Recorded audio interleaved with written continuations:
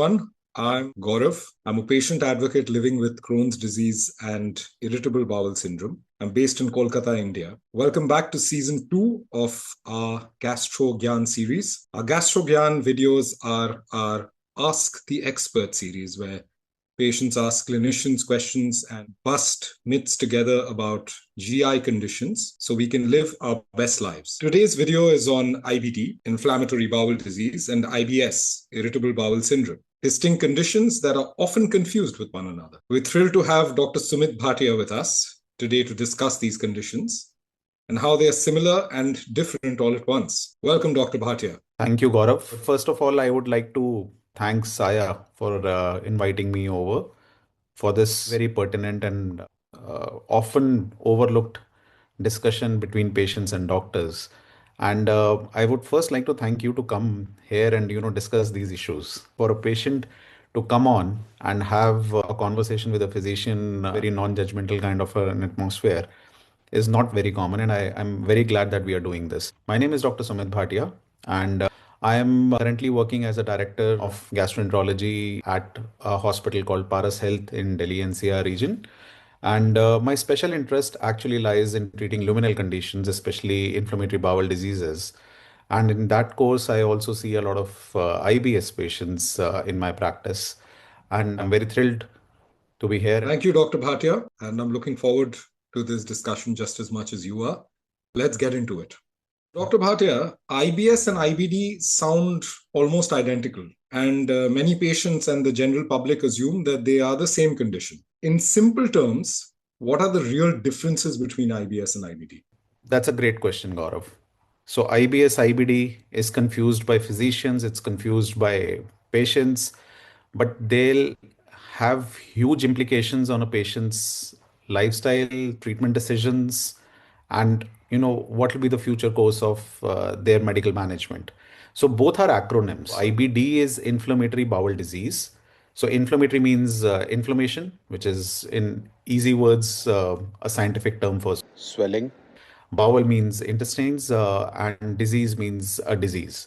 So a condition wherein there is inflammation going on in the bowel, with whether it is large bowel or small bowel, is called IBD. Whereas IBS, though the first two letters are the same, is an irritable bowel syndrome. Now, irritable, again, we all know what an irritability or irritable means. Bowel is again intestines, and syndrome is just a collection of symptoms. So that's what IBS is. It's an irritability of intestines and a collection of the symptoms which arise from there. So what is the basic difference is that the patient is presenting to us with the symptoms related to bowel, which is abdominal pain, diarrhea, constipation, bloating, flatulence, or just recurrent pain episodes. But when we start evaluating, or when we put in a scope inside the bowel, or when we do an imaging of the bowel, we don't see a structural damage. That means we don't see ulcers, we don't see redness. I remember when I first got diagnosed with IBD in 2015, and I tried telling people, I've been diagnosed with something called IBD. Everyone went like, oh, even I have IBS. Yes. And it's so common to confuse the two. You're absolutely spot on there. Yeah, that's what, patients will just walk in and say, that you are an IBD experts, and we have IBD for last 20 years. And I'll be like, oh, really? And then in 5 minutes, we'll realize that, both of us were thinking in completely different conditions. Dr. Bhatia, you mentioned the symptoms of IBD and IBS, and that brings me to my next question. So, symptoms like abdominal pain, diarrhea, urgency, and bloating often overlap in both IBS and IBD. How do doctors clinically differentiate between the two, and when should patients seek further investigation? Okay, again, a very, very good question. So, say if a patient is walking inside my OPD for the first time and has these symptoms of abdominal pain, diarrhea, and discomfort in the stomach, how do I differentiate? So, first and foremost is the history. So, in IBS, there is a typical pattern of symptoms. A typical pattern means that there are intermittent symptoms. There can be some triggers for the symptoms. And then what we are actually trying to look for are the alarm symptoms. So it is absolutely necessary that I rule out inflammation by taking at least the first and foremost by the history. So therein, there should not be a history of blood loss. There should not be a visible blood which patient notices during passage of stools. There should not be a significant unintentional weight loss. They should not be dropping their hemoglobins. It is not possible in IBS for a person to drop hemoglobin without any rhyme or reason. There is no nocturnal symptoms. When the patient sleeps, the intestine sleeps, the patient also sleeps.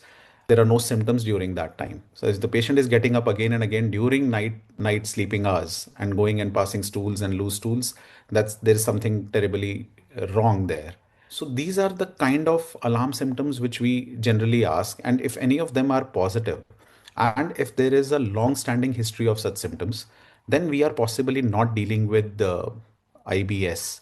Then it'll make us to think that there might be an alternative diagnosis to a person's symptoms. And then definitely we'll be evaluating such patients for IBD. Thank you once again, Dr. Bhatia. We have discussed the symptoms so far, but what kind of investigations do you order to understand if it's IBD or IBS? Okay, so Gaurav, let me just start by giving a clarification that IBS is supposed to be a clinical diagnosis. So when we are ordering investigations, we are actually trying to rule out other diseases which needs treatment, or the structural diseases like IBD, which needs definitive management from the medical point of view. So if I have to screen a patient for suspected IBD who's presenting with some symptoms which are, in the gray area of IBS and IBD, I would be asking for, a simple thing like a hemogram, a complete blood picture, and some relevant investigations of liver function test, a thyroid profile. We would definitely like to see a celiac serology there. We would like to do some stool investigations to rule out some common infections, and then maybe ask for, what we call as the stool biomarkers. So the biomarkers are the things which actually make us differentiate between an inflammatory versus a non-inflammatory condition like IBD versus IBS. And fecal calprotectin is one stool test, which is very, very important for us.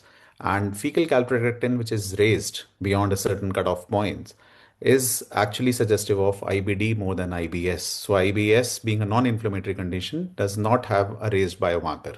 There are certain blood biomarkers like CRP and ESRs, which are raised again in inflammatory conditions, and they also do help us in differentiating between an ongoing inflammation versus a non-inflammatory condition. And then obviously there are other modalities like a colonoscopy is a must if my patient has any of the alarm symptoms which we discussed in the previous question. Or we can also ask for, in addition to colonoscopy, a cross-sectional imaging of either a CT abdomen or an MR angiography, depending on how the patient is presenting. Thank you, Dr. Bhatia. I just went down memory lane and remembered all those tests that I had to have in order to get diagnosed. On to the next question, Dr. Bhatia, and this is an interesting one. About IBS, they say that, or there's a common saying that it's all in your head. What is your opinion of this, and what do you think of this particular statement? Short answer, it's an absolute myth. Why I say so is because irritable bowel syndrome, again, has a lot of pathophysiologies going on there. It is definitely not in your head. Okay. So this head things, I think there is something wrong in the person who's saying that in their head rather than in a patient's.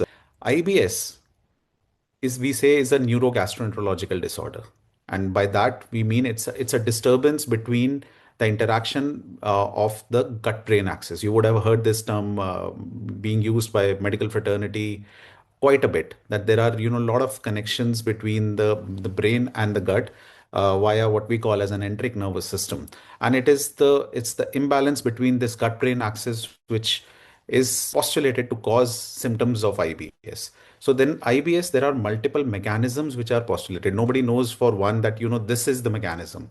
So we have what we call as a visceral hypersensitivity. That means there is the perception of pain which is higher in a given person.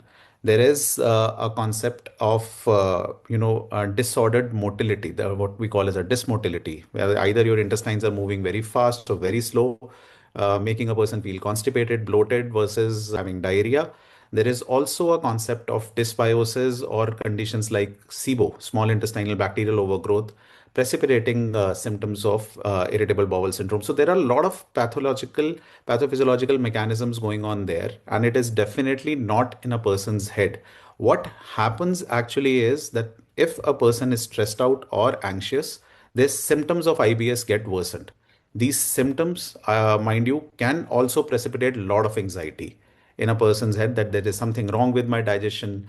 Everybody else is able to enjoy their meals, and I get, all these funny kind of feelings in my stomach, and there is something wrong. That causes a lot of anxiety in any given person. So yes, anxiety, stress can worsen or trigger the symptoms, but definitely the person is not imagining these symptoms. Now, let me just give you an example here. So we say that this is a neurological issue. Now, how do I explain that to a patient? So very, very common examples which I give to my patients is, suppose if you have, an injury to your arm, and you go to a doctor, an orthopedician, and you say that I have had a traumatic incident and my arm is paining. So he'll get an X-ray done and show you that there is a fracture out there, and put your arm in a cast. Now, after 3 months or whatever duration he decides, the cast is taken off. He takes an X-ray again, and he shows you that the fracture is completely healed. But that does not take away completely the pain which is there inside. So even after say 6 months, 8 months, somebody tries to hold your arm very, very strongly, you will just by reflex pull your arm away, saying that this is still painful.